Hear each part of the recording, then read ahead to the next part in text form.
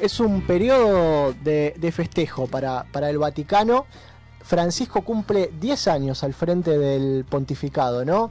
Recuerdo hace 10 años cuando se anunciaba el cardenal Jean-Louis Tauran, este cardenal francés que le tocó y llevó adelante el anuncio, ¿no?, del nuevo Papa, la sorpresa que tenían algunos periodistas argentinos frente al nombramiento del Papa Francisco. Muchos periodistas y especialistas del Vaticano, especialistas religiosos que por ahí escriben en el Diario de la República, mencionaban las posibilidades de Bergoglio de asumir el papado, pero conspiraba un poquito, decían que conspiraba un poquito su estado de salud, su edad y también la circunstancia de que ya había terminado, ¿no?, su tiempo en el arzobispado y estaba esperando que el Papa Benedicto XVI por ese entonces lo retirara de la diócesis, ¿no? Pero finalmente esas dudas se fueron disipando en el colegio cardenalicio, fue elegido Papa y ha generado una verdadera revolución, ¿no? Es el primer Papa que no es europeo, es un Papa latinoamericano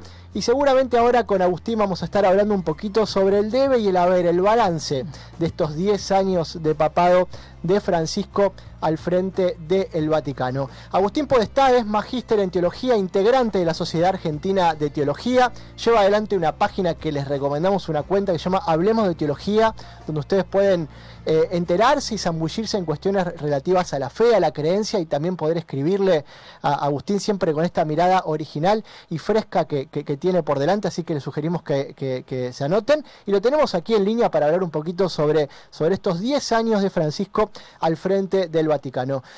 Agus, ¿cómo estás? Muy buenos días. ¿Cómo andás? Buenos días, Juan, ¿cómo estás? Buenos días a todos, ¿cómo andan? Muy bien, ¿vos? Bien. Acá Bueno, con calor. Con calor, estamos todos iguales. Acá tratando de sobrellevarlo de la mejor manera. Agustín, mencionábamos recién estos 10 años de Francisco. Esta semana se daban a conocer dos notas principalmente. Una de ellas es en La Nación, que le hizo Elisabetta Piqué, una reconocida periodista especializada en asuntos religiosos.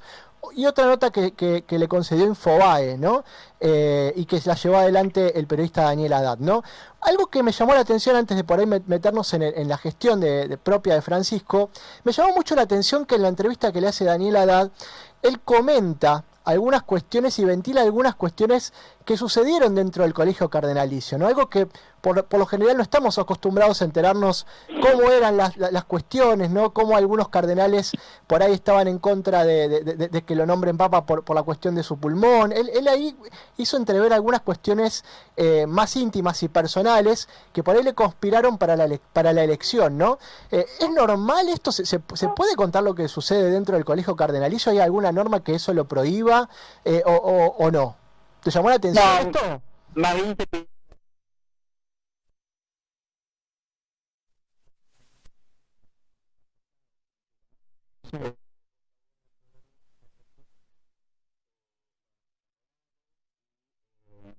y sin contacto con el exterior para evitar presiones y demás, eligen al nuevo Papa. No es que no se puede, pero se suele mantener cierta reserva. Bien, no, porque me parece... Pero él es el Papa quien le va a decir algo. Es el Papa, ¿no? ¿Y qué pensás que por ahí fue, en tu opinión, por ahí desde tu mirada más teológica y de conocimiento en el campo, cuáles fueron por ahí los pilares fundamentales que por ahí lo catapultan a Francisco a ser el Papa en Roma, ¿no? ¿Cuáles fueron las circunstancias por ahí de ese momento y las virtudes que tenía Francisco para llegar a ser Papa, según tu opinión? Bueno, en América Latina era muy conocido a nivel episcopal latinoamericano por la conferencia del episcopado latinoamericano que se había reunido en Aparecida en 2012 ¿fue? 2000, se me hizo la laguna. Aparecida, no, 2006, 2006, ahí.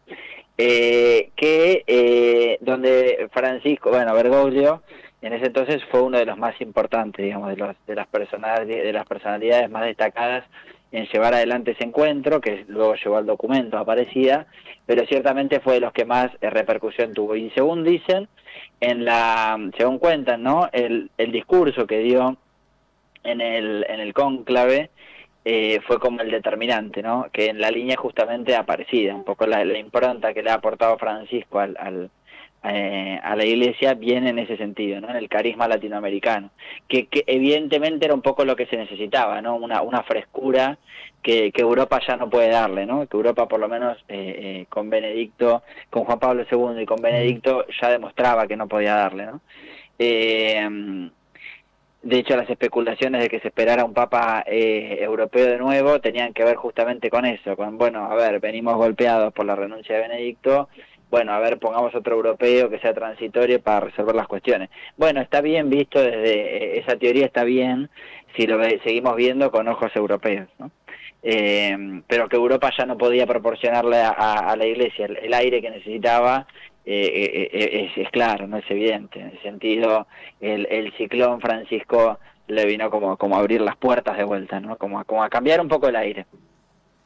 Hola Agustín, buen día. Cristian te saluda. ¿Cómo estás? ¿Qué tal? ¿Todo bien? Bueno, a los pocos meses de Asunción... Felicidades, Cristian. Muchas gracias, Agus, muchas gracias, de verdad. Te felicité en privado, pero sí. amerita felicitación pública. Gracias, Saludos a todos. gracias a nuevamente y públicamente, de verdad, gracias. Bueno, pensaba que a pocos meses de que asumió el Papa Francisco de su Asunción, una de sus frases más célebres se dio cuando invitó a la Iglesia a que saliera e hiciera lío. De todas las medidas que fue tomando a lo largo de estos 10 años, ¿cuáles para vos, Agus, cuáles fueron aquellas que más lío causaron en la Iglesia y en la sociedad en general? Bueno, yo creo que hacia afuera de la Iglesia, pero también hacia adentro, pero ciertamente más repercusión afuera, lo tiene, por un lado, el planteo de la ecología integral, que es que la Iglesia asuma los desafíos que tienen que ver con el medio ambiente, con este binomio sociedad y medio ambiente, ¿no? Que hay muchos activistas ambientalistas que solo se focalizan en la cuestión ambiental, la naturaleza y demás, pero no reparan tanto en el impacto social o el conflicto social que esto genera, o que lo genera, al revés, ¿no? Justamente la originalidad del planteo de Francisco es recordar que no hay conflicto ambiental que no sea un conflicto social, y viceversa, ¿no? De modo tal que si queremos reparar las causas de los conflictos ambientales, tenemos que reparar sobre las causas que se generan en los sistemas y la sociedad, digamos. No podemos pensar que vamos a resolver el problema de la contaminación si no resolvemos el problema de la economía y del consumo, para poner un ejemplo, ¿no? No resolvemos la contaminación cerrando la fábrica, sino buscando nuevas formas de generar trabajo. Bueno, y esos son ejemplos, ¿no? Porque decir, eso creo que ha sido a nivel de ecología integral. Y luego el tema de la política, ¿no? Francisco fue un papa que se metió mucho en política internacional, es el papa que después de Pablo VI llega a la ONU con un discurso, a la ONU y al Congreso de Estados Unidos en Washington, con un discurso muy fuerte contra los que lo están escuchando, ¿no? Contra los mismos que están ahí sentados, ¿no? Con críticas que pocos líderes internacionales tienen tanta claridad, ¿no? Ciertamente me parece que esos hacia afuera han sido los grandes acontecimientos, ¿no? Y hacia adentro creo que el gran lío que ha generado es respecto de la sinodalidad, ¿no? Recordar esta categoría que siempre estuvo en la Iglesia, pero estuvo durante casi un milenio y pico olvidada, y que la rescate, ¿no?, de la Iglesia de los orígenes y la traiga de nuevo. Creo que es un proceso de reforma que no tiene vuelta atrás, que por más conservador, inquisidor que sea el próximo papa, hay cuestiones que ya no se pueden volver atrás, ¿no? Hay salidas, hay aperturas, hay puertas que se han abierto que ya un papa conservador no puede cerrar, digamos, que ya está, que es incontrolable, ¿no? Que es como decir, bueno, cerrará la puerta principal, pero las puertas de los laterales no llega, digamos. En ese sentido me parece que el gran lío que ha hecho tiene que ver con eso, ¿no? Con la sinodalidad, que estamos, creo que solo viendo el principio de la avalancha, ¿no? Con respecto a la sinodalidad, creo que recién estamos viendo los primeros copitos de nieve que empiezan a rodar. Creo que esto es imparable. Esta avalancha es imparable. Y en este balance que hacías, Agus, ¿crees que le queda algo por hacer o algo que por ahí vos, desde tu punto de vista, sugerís que pudiera hacer en lo que le queda de pontificado y de vida a Francisco? Además de seguir con la sinodalidad. Sí, yo creo que él está esperando, por un lado, eso, ¿no? A que se complete el ciclo del sínodo sobre la sinodalidad. Inclusive para renunciar o para irse, por lo menos a eso seguro que espera, ¿no? A terminar, que culmina en 2024, que culmina el año que viene. Él no creo que por motu propio se vaya antes de eso, ¿no? Por lo menos que él lo elija, ¿no?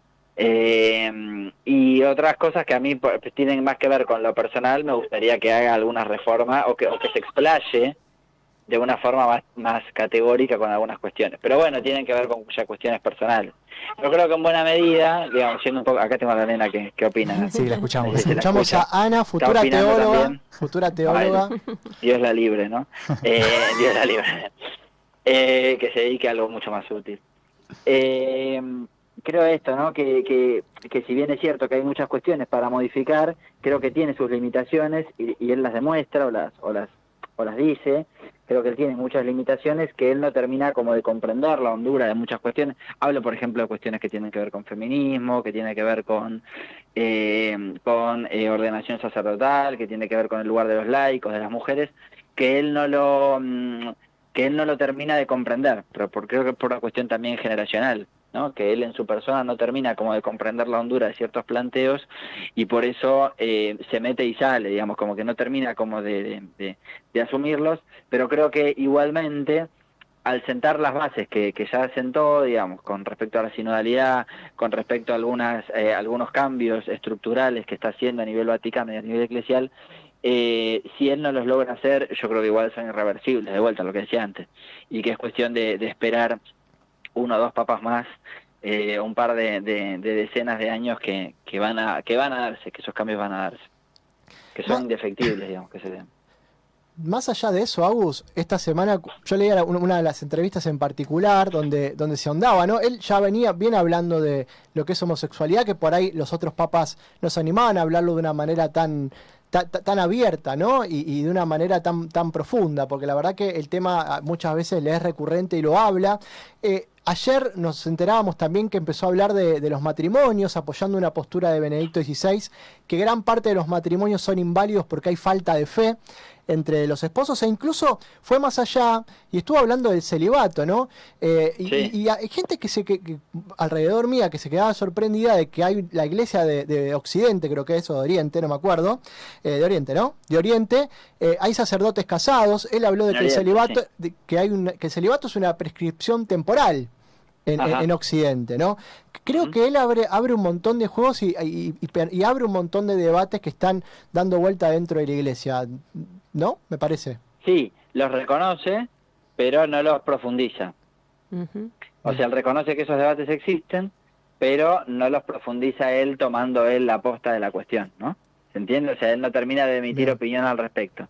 De hecho, a la vez que lo ha hecho, por ejemplo, respecto del celibato, él dijo que mientras él sea papa, eso no se habla, digamos. O sea, él no lo va a hablar, digamos. Él no lo va a tratar el tema. Va a dejar que siga su curso, digamos. Que vos decís, bueno, pero no lo... ¿cómo se llama? No... Él no opina directamente, pero ciertamente tampoco condena la discusión. Entonces vos decís, bueno, por lo menos la discusión puede seguir, la investigación teológica, puede seguir adelante, él, listo, se queda en el margen. Pero él no le va a poner la firma, eso, ¿no? Él no le va a poner el sello. Deja que siga su curso, ¿se entiende, no? La herramienta, digamos. Juan al principio te comentaba sobre una nota que hizo con Adeline Ladat, y justamente en esa entrevista veía a Agus que se le pregunta, como ya lo han hecho otras veces, sobre su deseo o no de venir a Argentina, y acá sorpresivamente el Papa dijo como que el deseo estaba, que en un momento se estuvo por dar, pero que no se concretó finalmente a raíz de una cuestión política también que había con Chile, en definitiva. ¿Vos ves posible desde tu punto de vista que en algún momento pueda finalmente venir a Argentina Francisco como Papa Francisco? Bueno, Dios quiera que sí, sería buenísimo, ¿no? Como deseo también lo tengo. Yo creo que dadas las condiciones, bueno, este es un año electoral, presidencial, él no es tonto y sabe el juego político en el que se lo mete, ¿no? Él se mete o no se mete, o se lo meten o no lo meten, etcétera, como fuera, él es consciente de esa puja, y no creo que, pero eso es opinión personal, este año no creo que venga. Pero bueno, quién sabe, quizás venga, pero cuando deje de ser papa, esa es otra posibilidad, ¿no? Claro. Que si llegase a renunciar y dar un paso al costado, puede ser que venga. No lo sé, no lo sé. Yo le creo que el deseo está, pero creo que él es consciente de toda la rosca política que tenemos en nuestro país y que él quiere quedar al margen de eso. Ni hablar de que cuando vino a Chile era mucho más urgente porque la iglesia en Chile estaba en llamas reales, el tema de los abusos y demás fue terrible. Pero bueno, yo creo que él le esquiva por eso, ¿no? Lo mismo cuando vino a Bolivia. creo que le esquiva a la Argentina porque es consciente del conflicto político en el que puede quedar en el medio. No, de hecho él refiere, ¿no?, que trataba de evitar los países donde obviamente era año electoral, trataba de evitar ir a ese país para terminar por ahí con su visita, precipitando el apoyo, ¿no?, a quien ejerciera en ese momento la presidencia, que por ahí buscaba una reelección, como contó que fue el caso de Michelle Bachelet. Digamos, me parece que es lo que apuntaba, por lo que escuché en la nota, que también está en audiovisual, era eso. Él evita el año electoral, y bueno, acá nosotros cada 2 años tenemos una elección, así que tenemos un sistema muy, muy lindo en ese sentido. Entonces él, para mí, evita la confrontación y el quedar pegado de un lado o del otro del mostrador, ¿no? No Claro, puede hacer como Messi y los generar, jugadores, no puede hacer eso. Claro, él sabe que puede generar esa discordia, y su presencia genera esa discordia. Sí. ¿Qué desafíos le ves al arzobispado de Buenos Aires, no? Se fue Francisco, que era una persona carismática, que ha manejado muy fuertemente el arzobispado de Buenos Aires, era una persona líder. Viene Poli de La Pampa, muy tranquilo, tipo con poco manejo, ¿no?, de lo que tiene, no sé pastoralmente, porque la verdad que tampoco sabemos mucho de su manejo pastoral, pero un tipo totalmente distinto, ¿no? ¿Qué desafíos le ves por delante al arzobispado de Buenos Aires, ¿no? Algo que también sé que él sigue de cerca, a través de algunas personas de su confianza, y que, bueno, también nos incumbe a nosotros que estamos acá en Argentina. Bueno, yo creo que más allá estos últimos años se movió mucho la cuestión respecto del sínodo que se hizo en Buenos Aires, que no se hacía hace no sé cuántos cientos de años, no se hacía un sínodo. 400 creo, ¿no? Dijeron. Sí, una cosa así. Me parece muy interesante. Yo creo que en todo caso lo que hay que potenciar es yo le escapo un poco al sínodo para lograr el documento. A mí esa lógica eclesial creo que ya no funciona. Creo que esa lógica, Francisco lo dijo también, cuando había que volver a hacer la conferencia episcopal latinoamericana, que la última había sido la Aparecida, cuando toca la próxima, que fue hace unos años, se le preguntó a Francisco y él contestó que no lo hagan, que el documento de Aparecida ya tenía suficiente, que no hagan otra vez una conferencia episcopal para terminar haciendo un documento, ¿no?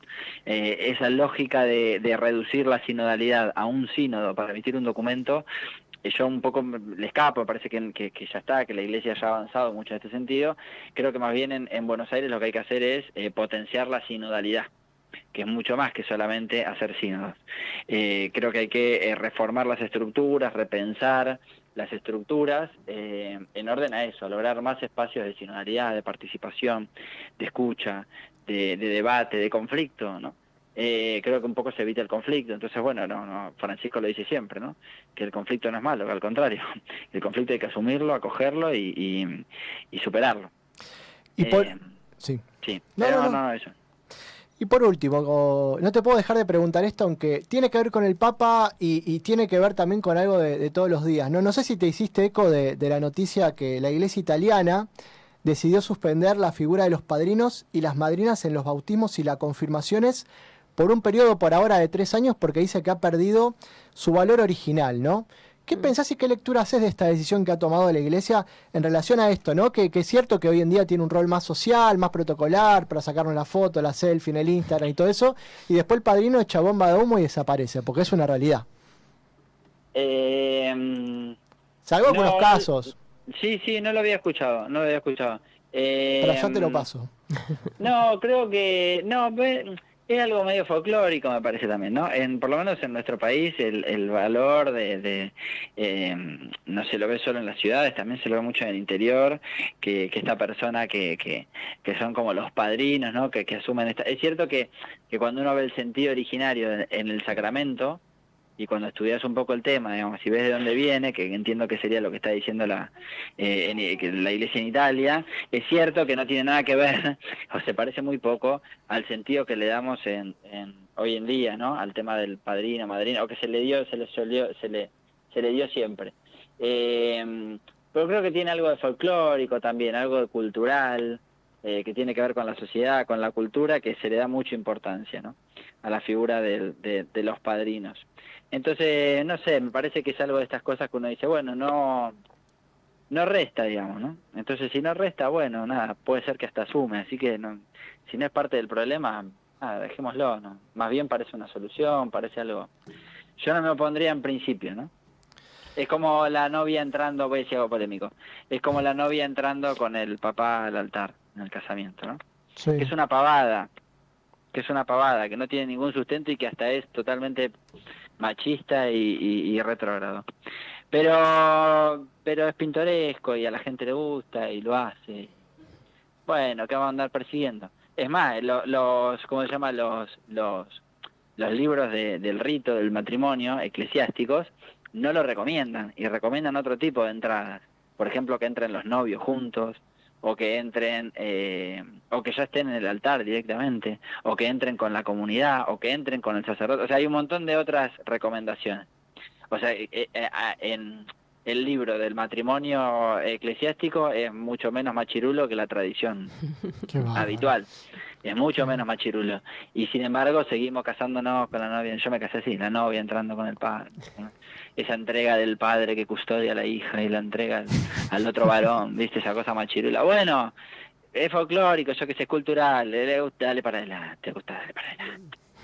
Agus, te agradecemos mucho este contacto con Yo Quiero Verte, haber permitido, sé que estás con Ana ahí dando vuelta, que le mandamos un saludo grande, y bueno, gracias por hacerte el espacio para poder hablar de estos 10 años de pontificado de Francisco.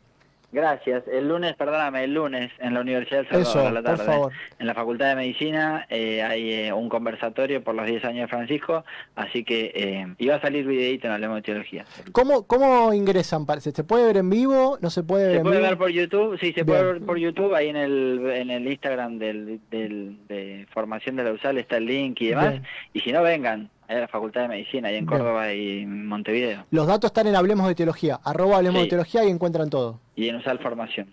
Perfecto, ahí está. Gracias. Excelente, buen fin de semana. Igualmente.